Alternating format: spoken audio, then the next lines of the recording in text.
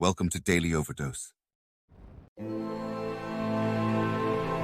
You say to someone, why are you feeling this way? What's wrong with you today? And they say, I am this way because of that person, because of that circumstance. What they're really saying is that person or circumstance is actually controlling my feelings and controlling my thoughts. Well, anything that's controlling my feelings and my thoughts, I'm victim to, right? So it makes sense then that when things are good, you feel good, and when things are bad, you feel bad, right? So when you start changing the way you think and feel, and it starts producing outcomes in your life, you're going to believe you're the creator of your life and less of the victim of your life. And the hardest part about all of this is just making the time to do it. If you're not even peaceful, there is nothing in your life that you can do in a worthwhile way. To be peaceful essentially means this, that you're not messing your mind. To be peaceful means that your system is at ease. You know how to conduct your mind, you know how to conduct your emotions, your body and your energies. You are peaceful. If you change the picture in your mind, you change the chemistry, you change the fate. So I'll give an example. If I have a picture of love in my mind, the brain releases complementary chemistry, dopamine, pleasure, oxytocin, bond with your loved one, growth hormone, which does exactly what it says. It enhances your growth, and that's why when people fall in love, the chemistry of the brain going into the blood, the culture medium, enhances vitality. People glow when they fall in love. People are healthy when they fall in love. That's just not an accident, it's the chemistry of your culture medium. But now I say, but wait, what if I have a picture of fear? I go, oh, well, love chemistry doesn't come out when fear is in the picture. The brain releases stress hormones and factors that affect the immune system and growth of the system. And I go, oh my goodness. I say, why is it relevant? Changing my thought changes my chemistry. The chemistry adjusts my biology. So if I can control my thoughts, I can control the chemistry, and therefore I control the biology. So all possibilities already exist. You don't have to create the possibility. In fact, all you have to do is become aware that it exists. The moment you do that, you're changing the thought and you're producing a different frequency. Now, if the person is astute enough to feel the frequency of the thought in the quantum and not wait for the experience to happen, but the thought of abundance would produce the feeling of abundance. Tell guilt, shame, the past, I've changed my mind.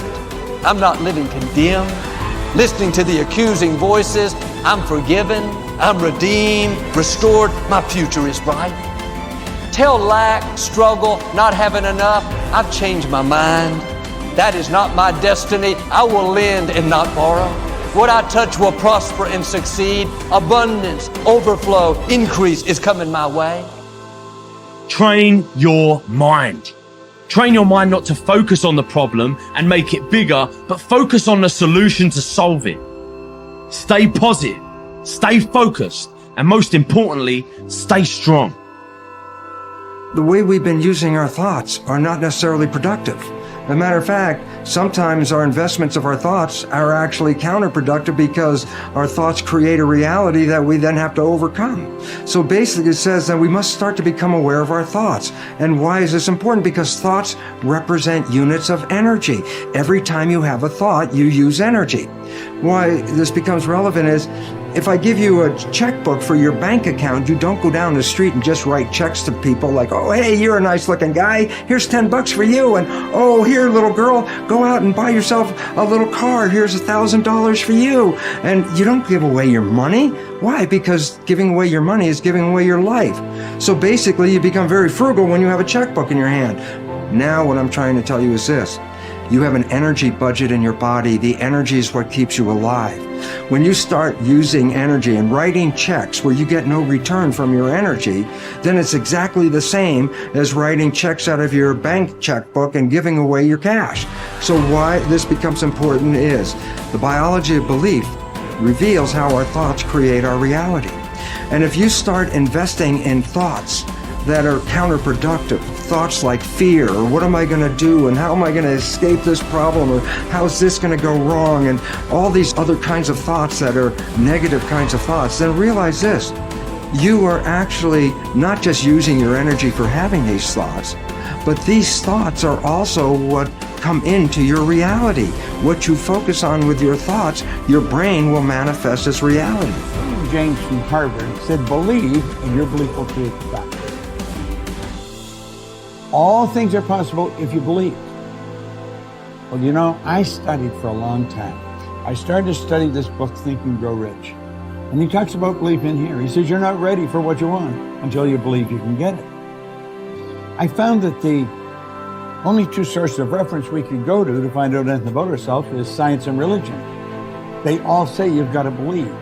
So I got figured out, how do you believe? How do you change a belief? Interesting subject, because I'm going to tell you something. Your results are nothing but the manifestation of your belief system. Well, our belief system, now listen carefully, is based upon our evaluation of something. And frequently when we reevaluate a situation, our belief about that situation will change. Let me repeat that. Our belief system is based upon our evaluation of something. Frequently, if we reevaluate a situation, our belief about it will change.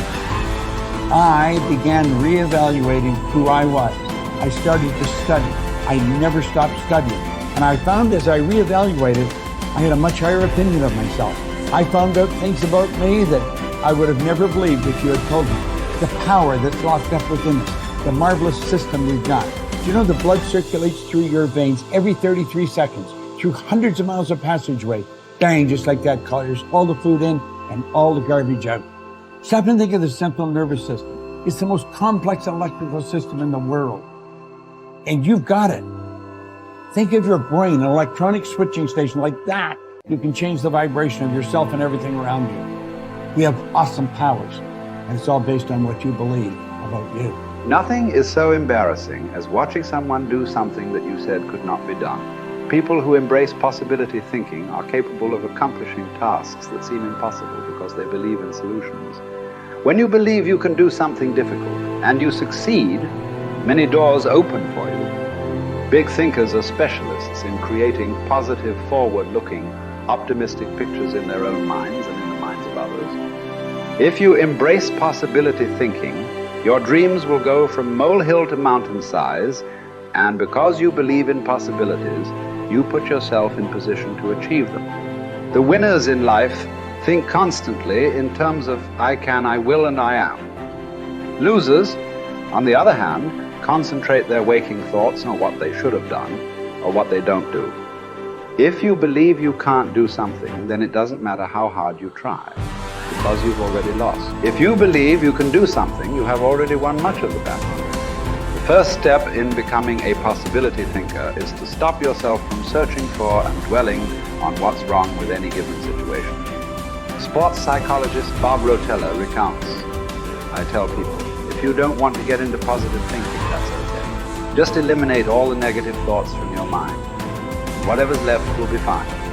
If possibility thinking is new to you, you're going to have to give yourself a lot of coaching to eliminate some of the negative self-talk you may hear in your head. When you automatically start listing all the things that can go wrong or all the reasons something can't be done, stop yourself and say, don't go there. Then ask what's right about this. That will help to get you started. And if negativity is a really big problem for you and pessimistic things come out of your mouth before you've even thought them through, you may need to enlist the aid of a friend or family member to alert you every time you utter negative idea. One of the best ways to cultivate a possibility mindset is to prompt yourself to dream one size bigger than you normally do. Let's face it, most people dream too small. They don't think big enough. Henry Curtis advises, make your plans as fantastic as you like, because 25 years from now they will seem mediocre. Make your plans 10 times as great as you first planned, and 25 years from now you will wonder why you did not make them 50 times as great. If you push yourself to dream more expansively, to imagine your organization one size bigger, to make your goals at least a step beyond what makes you comfortable, you will be forced to grow, and it will set you up to believe in greater possibilities. Most people want their lives to keep improving, yet they value peace and stability at the same time. People often forget that you can't improve and still stay the same. Growth means change. Change requires challenging the status quo. If you want greater possibilities, you can't settle for what you have now. When you become a possibility thinker, you will face many people who will want you to give up your dreams and embrace the status quo. Achievers refuse to accept the status quo.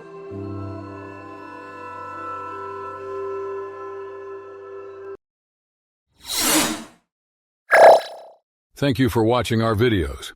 Please like and subscribe to our channel so you won't miss another video.